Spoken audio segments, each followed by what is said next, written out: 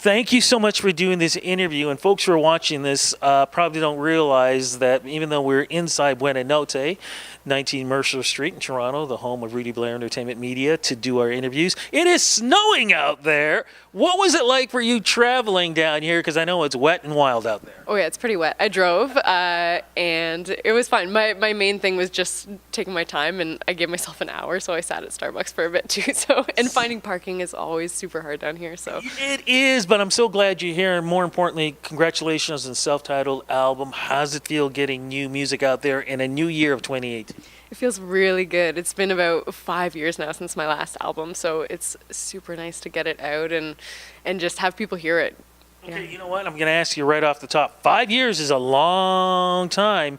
I know there was some, I guess, maybe changing in style, but why did it take 5 years? I think, well, my last album was when I was about 21, and I'm 27 now, so I think during those years I did a ton of growing, and I kind of just made a bunch of trips to Nashville, did a bunch of reflecting on who I wanted to be as an artist and what I wanted to say in my songs, and I think it just took that long to really kind of mature as a person and as an artist, and yeah. But 5 years, the music scene changes immensely in 5 years. Did that reflect in anything that you were doing? Were you paying attention to that, or was it just more of paying attention to what was inside? I think I was just paying attention to what was going on in here, and just I was keeping my ear to the ground a little bit, and mostly just listening to the new music that was coming out, and I'm really enjoying this new movement of really strong females that You mean because like a certain Grammy Award winner from Brampton who made a great quote when she said about real music? Yeah, exactly.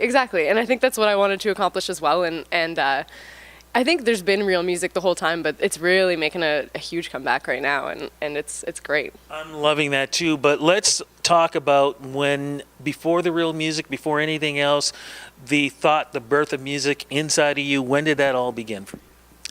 Like right from the beginning? Yeah, right from the beginning. Okay, I've been doing this since I started writing songs when I was 11, and it's been a long time for me of like kind of creating and growing, and just it's been a part of my life for as long as I can remember, I think, basically. Do you remember who was influencing you growing up? Like, what music were you listening to?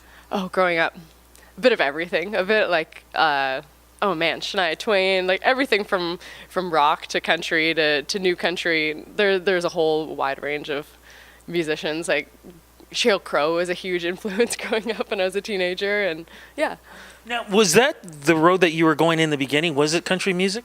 I think it was. I think I was leaning towards that a little bit in a way where I was from a small town, and I kind of felt like it's what I had to sound like a little bit, and it was what people were listening to around me a lot, and just a part of where I grew up. But eventually I think I just slowly grew out of that, and I still listen to it, and I think it's great. But I think for myself, I'm super into a wide range of things right now. So. And I was going to say, what do you think made that change for you? Almost sounds like a little bit like Alanis Morissette when she was into the pop thing, Alanis, and then that drastic change that she did into her sound being Alanis Morissette.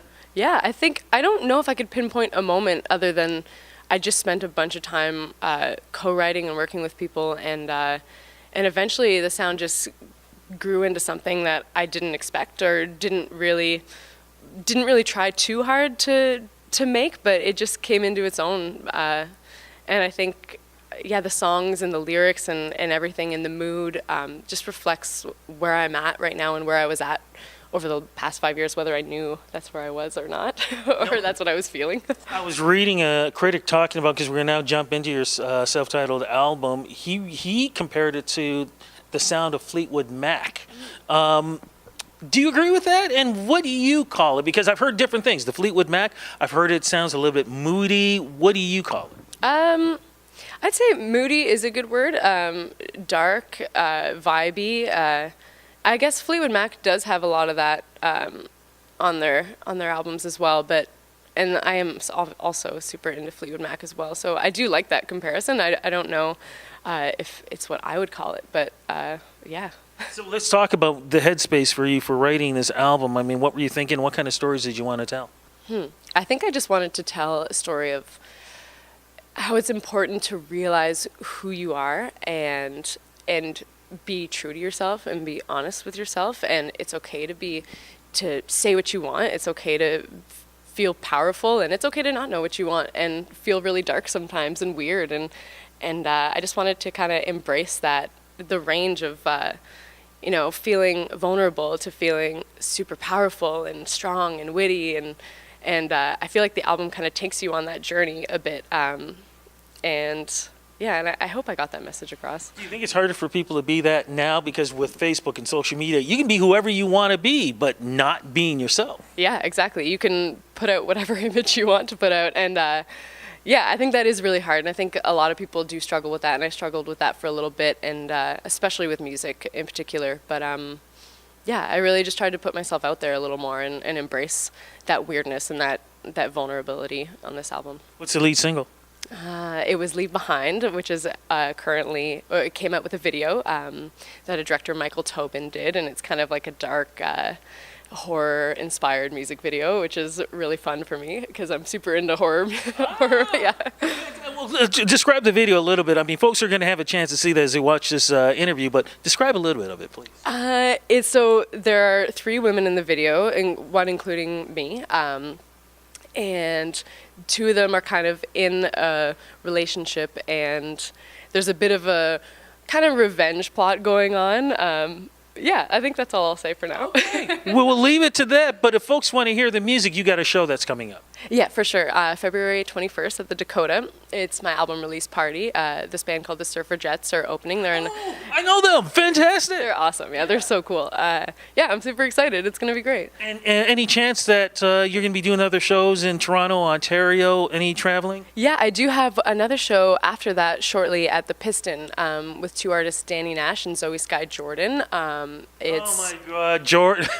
Love them. They're awesome. Yeah, they're Danny and Zoe. They're both amazing. So that's on March 6th at the Piston. Fantastic. Okay, so as we are going to wrap this up, what inspiring words can you tell those people who are maybe a little different, a little weird, they're a little worried to be themselves, and you're saying be yourself, but what advice can you give them so they can inspire to be who they want to be?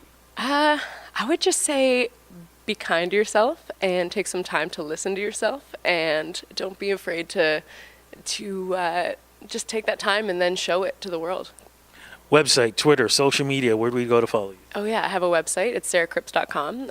Instagram, I'm on there a lot. It's Sarah_Cripps. And then Twitter is the same thing. Facebook, Sarah Cripps Music. It's all on there. Fantastic. Thank you so much for doing this interview, and looking forward to all the shows that you're going to be doing in 2018. Awesome. Thanks so much, Rudy.